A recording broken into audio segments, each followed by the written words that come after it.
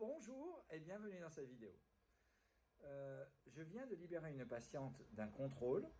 Celle-ci avait appelé le secrétariat car elle avait entendu son pacemaker sonner, raison pour laquelle on lui avait demandé de venir en urgence pour un contrôle.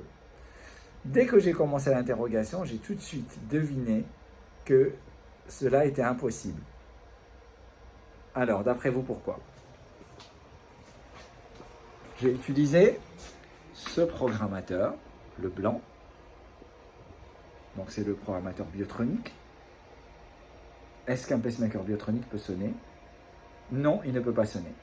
Alors tous les pacemakers ou défibrillateurs ne sonnent pas. Donc en l'occurrence ici, le biotronique ne peut pas sonner, puisque les biotroniques sont équipés de la télécardiologie, donc il n'y a ni sonnerie, ni vibration. Quel est l'autre qui ne sonne pas? Les pacemakers et défibrillateurs Sorin également ne sonnent pas, ne vibrent pas. Donc il vous reste maintenant des autres marques. Medico ne sonne pas également. Et les trois autres marques qui peuvent sonner ou vibrer, c'est Medtronic, Boston et Abbott. Alors les pacemakers, les défibrillateurs Abbott peuvent vibrer essentiellement.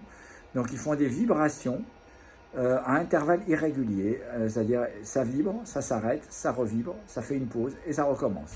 Ces vibrations surviennent essentiellement quand il y a une anomalie technique de la prothèse, notamment en cas d'usure ou par exemple en cas d'élévation d'impédance de la défibrillation par exemple.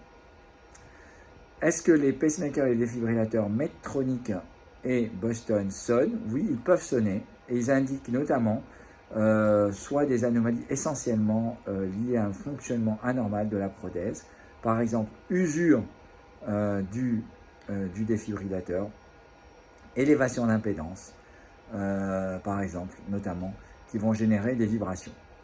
Donc, le message, c'est tout dépend de la marque. Certaines ne sonnent pas, ne vibrent pas.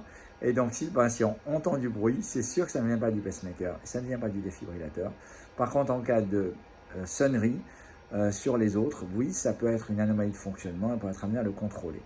C'est vrai que maintenant, avec la télécardiologie, la donne a changé, puisque ces patients, nous les suivons à distance et on peut contrôler à distance.